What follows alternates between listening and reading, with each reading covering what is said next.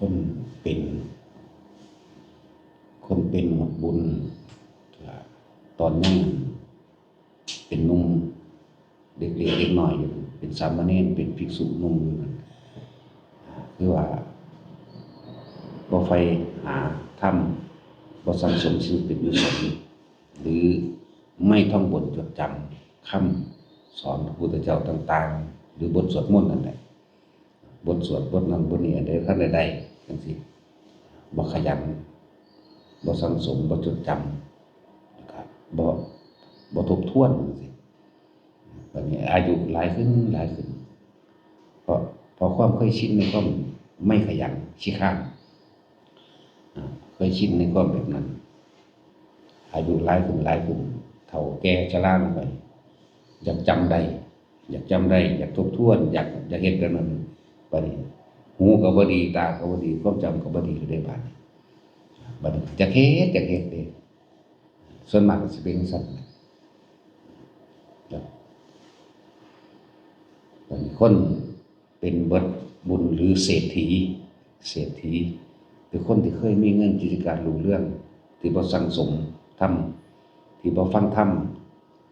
ที่บ่ใคร่ควรไตร่ตรองในสิ่งที่มันเป็นกุศลก็เรียกว่าคนเป็นประเภทฆราวาสเบิดบุญคนเป็นเบิดบุญแบบเศรษฐีเบิดบุญพวกนี้ตอนที่มีเงินอยู่นั่นแหละก็เพลิดเพลินกับการหาอยู่หาเล่นหากินแบบเมามั่นอยู่กับการขับร้องเพลงเที่ยวโน่นเที่ยวนี่ตามสถานที่ท่องเที่ยวต่างๆหาเล่นคาราโอเกะไปบอกได้มีความยินดีพอใจในการที่ฟังธรรมเลยแล้วก็เห็นคนที่เข้าวัดฟังธรรมปฏิบัติธรรมกลายเป็นคนคล้ำคลึล้าสมัยบ่เจริญแล้วก็แถมเจ้าก็สิดูถูกหมู่พระผู้เพิ่นฝึกหัดปฏิบัติเพิ่นสอนให้ปล่อยให้ว่างคือสอนให้ทานก็ว่าเป็นคนที่สอนให้หยุดอยู่กับที่สอนให้โลกบ่เจริญดักสินั่นแหละทีนี้เด้ออกุศลกรรมทั้งหลายเหล่านั้นเมื่อมันตามท่านตัวเองบ่สังสมทานการช่วยเหลือบุคคลผู้อื่นหนึ่งแล้วก็บ่สังสมปัญญาคือการได้ฟังธรรมนี่ได้จึงเกิดปัญญาได้การได้ยินได้ฟังธรรมมันเกิดปัญญาสุดท้ายแล้วความเมาความเพลิดความเพลินในการละเล่นท่องเที่ยวเล่นไปต่างๆเวลาเกิดเหตุการณ์ประสบทุกข์เป็นอันมากเวลาเกิดเหตุการณ์แบบเวรกรรมเอาคืนเวรกรรมตามท่านพวกนี้โวยวายฟูมไฟโทษคุณโทษพี่เด็กมันสิมาในรูปแบบของลูกรูปแบบของหลานรูปแบบของญาติสายโลหิตเอากันเองบ่มีปัญญาทางแก้ออกเลยเรียกว่าบาปอกุศลมันตามท่านมันก็มาในความคิดของพวกเจ้าเองหมายถึงบ่สังสมธรรมะไว้เป็นเครื่องติดต่อต้าน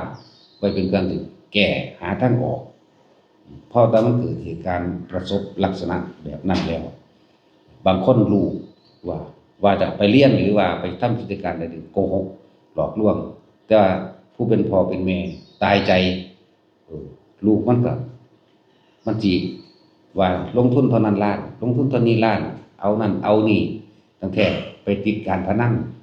ออนไลน์มั่งติดการพนันบ่ไลน์มั่งหรือติดยามั่งซ่องสุมสิ่งที่เป็นผิดกฎหมายพวกนี้ลักษณะนั้นประเด็นมันสิจำย่อมเลย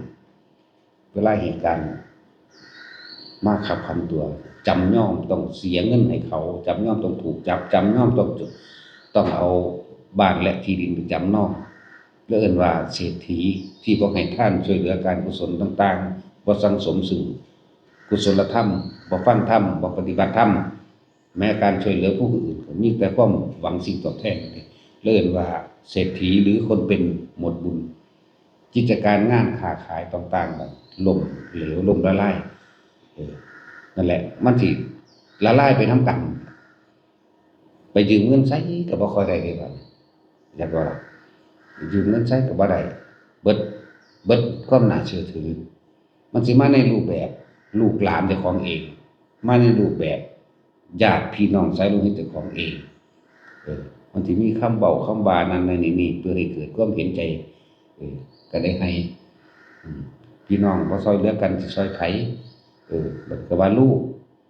ถ้าสำหรับลูกก็เลยกลืนบ่ได้คายบ่ออกที่นั่นนี่ก็ว่าไปนั่นแหละก็คนเป็นเบิดบุญกิจการงานอิหยังไปติดต่อทางใดเขาก็บ่ให้ความช่วยเหลืออีกแล้วไปยืมเงินทางใดเขาก็เบิ่งเครดิตแล้วครับยืมบ่ได้แล้วบ่ให้แล้วบัดนี้เป็นไปจังซั่นเด้จังว่าทีนี้สิมาโทษมาโวยวายฟุ่มไฟอีหยังในเมื่อตัวเองบ่สั่งสมของตัวเองบ่สั่งสมสติปัญญาของตัวเองคือการฟังธรรมนี่เด้คนที่เกิดสติปัญญาได้มีแต่การฟังธรรมของที่หมู่อริยสงฆ์องค์เจ้าจดจำมาจากพระพุทธเจ้าเท่านั้นเองส่วนปัญญาทางโลกมันบ่แม่นปัญญานี่มันเป็นตัณหามันเป็นความอยากมันอุปทานมันเป็นการสอนให้ชิงดีชิงเด่นแข่งแย่งแข่งขันเอาเปรียบชนะเด้ทางโลกเป็นซั่นเด้จังสอนให้ออกจากทุกข์บ่ได้แต่ทางโลกมีธรรมะของพระพุทธเจ้าสอนออกจากทุกข์ได้แก้ปัญหาเหตุการณ์ต่างๆได้นั่นแหละคือว่าสิไปโทษไผบัดนี้สิคิดได้เมื่อสายไปแล้วเด้บัดนี้อยากทำบุญแต่บ่มีเงินนั่นปัญญามันเกิดแต่ว่าทุนมันหายเรียกว่าล่ะจะเฮ็ดนั่นเฮ็ดนี่นั่นแต่ก่อนก็ว่าทำอยู่ดอกแต่ว่าบ่แม่นทำบุญเรียกว่าทำสิ่งหนึ่งเพื่อแลกอีกสิ่งหนึ่งทำบุญแลกของทำทานเพิ่มทุกข์ทำอย่างผีทำอย่างเปรตทำอย่างบริจาคเมืองพ่อแล่นไปเพื่อหยังเสริมดวงชะตาไปต่อคิวต่อหยังไปสะเดาะเคราะห์ไปรอดนั่นรอดนี่สร้างนั่นสร้างนี่แม้กระทั่งว่าถ้าสีบ้านก็เฮ็ดได้ด้วยได้สะเดาะเคราะห์ได้คือเอิ้นพญาค้อนอุดมทรัพย์นั่นแหละมันสิเป็นพ่วงกันได้บัดนี้พี่กับน้องพ่วงกันเด้นั่นแหละความเพลิดความเพลินความเมาตะกี้โอ้ยอยู่กินหรูหราอยู่กินแบบหรูหรา อาหารคาบละหลายพันเด้คาบเดียวเด้นี่คาบละจังซั่นแล้วกาแฟต้องแก้วละ80หรือ110บาทพวกเฮาซื้อได้เป็นถุงกินได้เป็น15มื้อหรือเป็นเดือนพุ่นบุแล้วจังว่าเอิ้นว่าคนเป็นเบิดบุญเป็นแบบนั้นมันเบิดบ่มีความสงบเลยตอนที่มันมีบุญตอนที่มันร่าเริงสดใสตอนที่มันหาเงินได้มันสิบ่คิดพอได้แนวจังซี่สิบ่คิดถึงธรรมสิบ่คิดถึงแนวนี้ตอนนั้นตอนที่มันได้ดังใจไปค้าขายบ่ได้ก็ได้เอาได้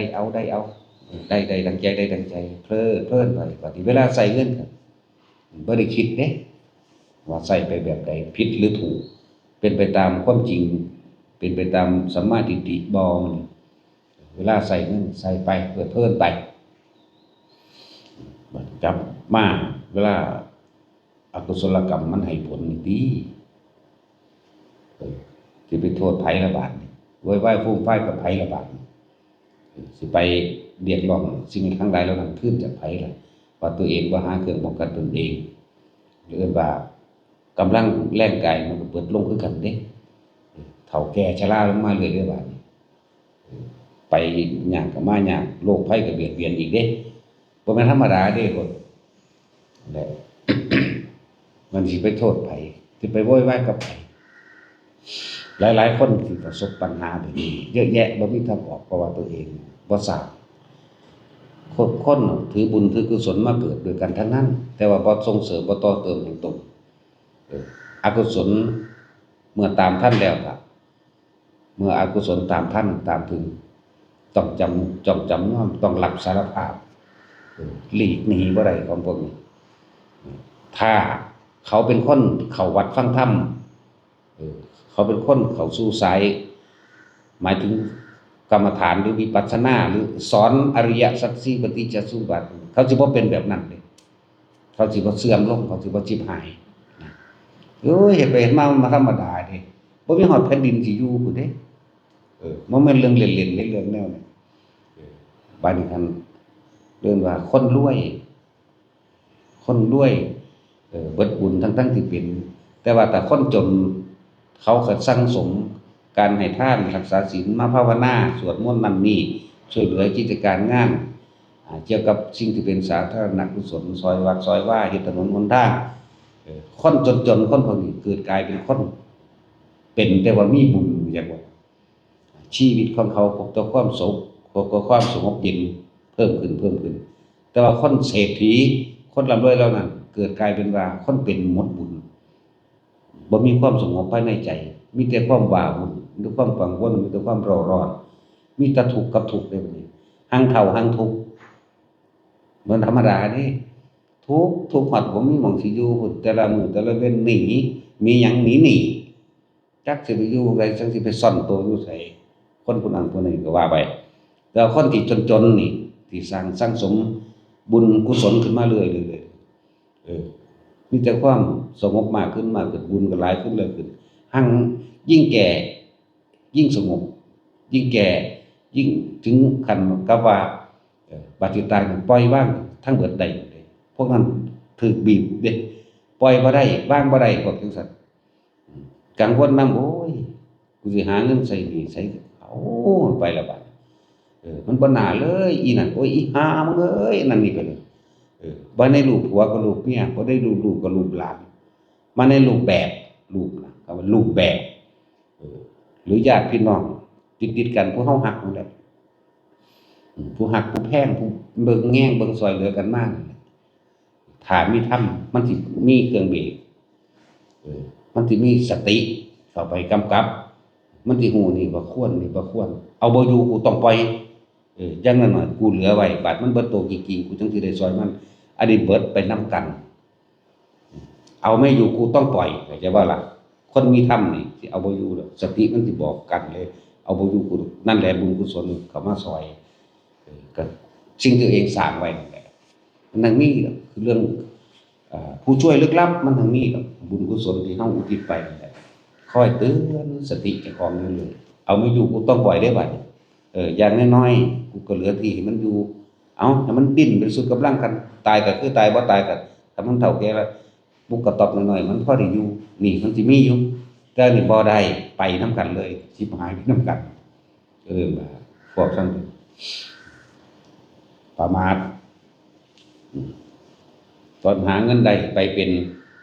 คนยกย่องสรรเสริญไปในทางที่ผิดๆนั่นเพลินมัวเมาไปคนนี้บ่มีตัวเบรกนะคืนบ่ได้คายบ่ออกเลยคายอยู่ในคอเจ้านั่นแหละแต่ละคนนี่ก็หลายคนที่เป็นแบบนี้เด้บ่แม่นผู้ใดผู้หนึ่งยกตัวอย่างเรียกว่าคนเป็นหมดบุญทั้งที่เอาหาบุญทั้งที่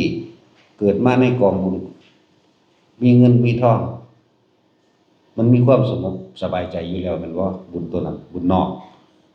มีความสงบสบายใจในการทำมาหากินหาเงินหาทองอันนั้นอันนี้สะดวกสบายเบิดเลยบ่ได้ร้อนกังวลในความรู้สึก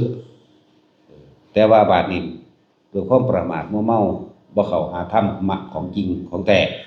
เลยเกิดกลายเป็นคนเป็นหมดบุญมีแต่ความเร่าร้อนและกังวลร่างกายก็เฒ่าก็แก่ชราลงไปเลยนั่นเห็นว่าล่ะสิไปเดินเหินไวๆคือเก่าก็บ่ได้อยากเข้าวัดเข้าว่าได้บาดอยากให้ทานได้บาดบ่มีเงินทานแต่ว่าตอนไปหากินเหล้ากินเบียร์ตอนไปหาเที่ยวหาเล่นไฮโลกุการพนันไปไวแข็งแรงแบบแข็งแรงไปคล่องปุ๊บปั๊บมีคนมาหับมาหลับอีกมันธรรมดาเด้บัดนี้จะกลับเข้ามาวัดแบบนั้นก็บ่มีฮอดสิเติมน้ำมันมันบ่ธรรมดาเด้อนั่นแหละใส่ประมาทกินข้าวคาบละเป็นพันมื้อนึงสิบ่ 3,000 พุ่นค่ากับข้าวเบิ่งดูพวกเฮาอยู่ได้เป็นเดือนเด้เนาะซั่นแหล้วว่าคนเป็นบ่บุญฟังเอาไว้ต้องฟังธรรมะสั่งสมเพราะซั่นเอิ้นว่าสุตตะหมายถึงการได้ยินได้ฟังคำสอนเจ้าสูตรก็มาจากโสตมาจากหูนี่แหละเลื่อนว่าได้ยินได้ฟังคำสอนแล้วเป็นสุตตะมยปัญญาการฟังแล้วทำให้ใจเกาะเกี่ยว ได้รู้ได้เห็นตามความเป็นจริงเรียกว่าสุตตมายะมายะก็คือไม่นี่มโนไม่นี่คือใจของนี่ปัญญาเห็นตามความเป็นจริงได้ก็แก้ไขปัญหาเอาทางออกเอาตัวเองรอดได้ก็นั่นแหละการได้ยินได้ฟังธรรมเป็นมงคลอันสูงสุดว่าเรียกว่าเป็นสุตตมายะปัญญามาแก้ไขปัญหาชีวิตความเป็นจริงของเจ้าของเองเพราะได้ฟังของจริงได้รู้ของจริงได้เห็นของจริงจังว่าบัดพวกมิตรโลกกับโลกคืนบ่ได้คายบ่ออก เบรกกันกับบ่รู้จักแก้ไม่ได้คายทิ้งไม่เป็นพุ่นโอ้ยเอาน้ำกันจมไปน้ำกันเด้มันธรรมดาถ้าบ่ไหวบ่กล้าตัดทิ้งเพราะว่าบ่ได้รู้ธรรมะถ้ารู้ธรรมะมันสิตัดเป็นถึงบอกว่าคือคนหนุ่มนี่ยังหนุ่มยังแน่นภิกษุสงฆ์เนรน้อยสามเณรภิกษุมื้อนี้ขยันในการทรงจำพระสูตรศึกษาพระวินัยศึกษาแล้วก็เดินจงกรมทำสมาธิไปเรื่อยๆยิ่งแก่ยิ่งมีบุญมากยิ่งมีกุศลมากยิ่งได้ถึงความสงบมากและถึงขั้นปล่อยวางได้เลยบ่แบบว่ามาจากเฮ็ดตอนแก่ตอนเฒ่านี่ตอนหนุ่มๆประมาทเพลิดเพลินหาเล่นเหมือนกับคนทางโลกหาเล่นไฮโลหาเล่นอีหยังต่างๆที่บ่เจริญเขาผับเขาบาร์หากินอีหยังที่เขาย่องว่าอีหยังคาว่ากาแฟกับกาแฟอีหยังที่แพงๆอย่างคนย่องไปอวดแบบภิกษุหนุ่มสามเณรน้อยเล่นโทรศัพท์เพลิดเพลินมัวเมากับสิ่งทั้งหลายเหล่านั้นอยากว่าล่ะบัดเฒ่าบัดแก่มาแล้วจะไปจมไปว่าให้เขาบารมีธรรมมันแตกต่างอยู่เด้แม่นบ่ปากบ่เว้าหยังก็สร้างความกดข่มมันทั้งมีในตัวของมันเองความน่าเคารพนับถือความเกรงอกเกรงใจหรืออีหยังต่างๆที่มันไหลออกมาเพราะว่าเขาเจ้าเฮ็ดไว้แล้วสั่งสมไว้แล้วตั้งตอนเป็นหนุ่มแล้วจังบอกพวกเน้นน้อยเน้นปุกมื้อนี้เฮ็ดโลดหลวงพ่อบอกหยังตัดหญ้าก็เฮ็ดไปอุปถากอุปถัมภ์หมู่ภิกษุทั้งหลายนี่แหละเป็นการสร้างสมบุญบารมีแห่งตนเมื่อถึงเวลาของเจ้าของแล้วทุกอย่างได้มาโดยง่ายโดยสะดวกทั้งที่ไม่อยากได้ตัวอย่างตัวเองก็เฮ็ดมาแล้วถ้าเป็นน้อยเก็บดอกไม้ให้พระบูชา30กว่าองค์บางปี90องค์ธรรมดาเด้เก็บดอกไม้แล่นหาคู่ตะกี้มหานิกายทุกวันพระอันนี้เป็นทุกวันพระเฮ็ดนำซักผ้าย้อมผ้าต้มผ้าให้ล้างบาตรให้จนมือเป็นขี้หิดธรรมดาเด้พวกนี้เฮ็ดไปก็สร้างสมมาเลยเกิดความเคยชินในการแบบนี้เคยชินบ่ได้เก้อบ่ได้เขินบ่ได้อาย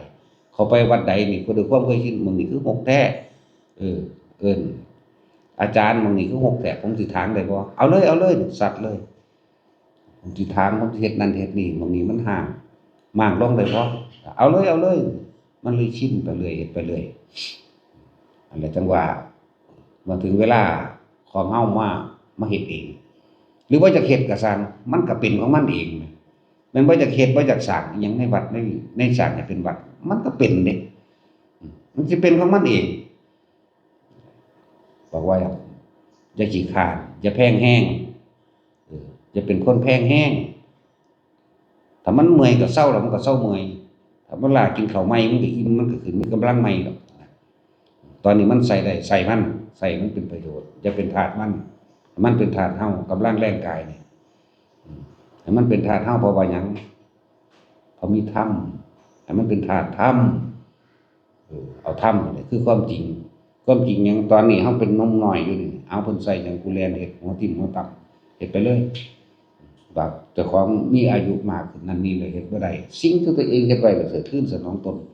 เหมือนกันแหละบาปกับบุญตัวเองนั่นแหละเป็นผู้สร้างทุนมันเอาไว้บ่มีผู้ใดสร้างเฮาสร้างให้เองถึงเวลารับสิ่งที่มันเป็นประโยชน์ส่วนนี้เรียกว่าได้มาโดยง่ายโดยสะดวกได้มาโดยความสงบลมเย็นบ่มีความรู้สึกเร่าร้อนและกังวลในความอยากได้ มันก็ได้ของมันเองที่ไหนได้ก็คือตัวเองเฮ็ดไปเองก็ยังน้อยไหลมาเรื่อยแล่นรับบาตรจังซี่แล่นรับบาตรล้างบาตรพับผ้าเฮ็ดนั่นเฮ็ดนี่ให้ล้างตีนล้างไม้ล้างมือเพิ่นบ่ให้เฮ็ดขอเฮ็ดเอาอยู่หั่นเฮ็ดมาเรื่อยจังซี่แหละจังว่ามันก็มีมาแบบนี้แหละเขาบ่ได้ไปเรียกร้องอิหยังให้มันมีมามันหั้งมาของมันจังว่าขี้เกียจได้ดีมีที่ไหนบ่มีแต่ขยันเท่านั้นขยันเพียรพยายามอดทนคำบอกคำด่าจังซี่ล่ะมันถึงสิเป็นไปส่วนมากถ้าขี้เกียจเห็นแก่ตัวเห็นแก่เมาแก่เล่นเหมือนคนเศรษฐีเมามันในการละเล่นนั่นแหละบัดสุดท้ายเฒ่าแก่ชรามาเบิดปัญญาในการแก้ไขตนเองแม้ดินก็สิบ่มีหม้องอยู่จังซั่นขี้เกียจได้ดีไม่มีเด้อขี้เกียจแล้วได้ดีไม่มีแต่ขยันเท่านั้นดียิ่งขยันซื่อสัตย์ประหยัดอดทนบ่พบคนพาลบ่เป็นพาลเสียเองนะจังว่ามูลเนียนสอนทุกนั่นแหละบ่ว่าเนียนบ่ว่าหยังล่ะพระบ่นี่ก็เอิ้นเนียนเบิดนั่นแหละหนุ่มๆอยู่นั่นน่ะเนียนหยังอีกเนียนต้นอยู่เลยเฮ็ดไปสุดท้ายแล้วก็เป็นของเฮาดอกทำสิ่งใดย่อมได้สิ่งนั้นเด้เป็นแบบนั้นผู้อื่นเฮ็ดให้เฮาบ่ได้ดอกแต่เฮาเฮ็ดเองทั้งเบิดพอ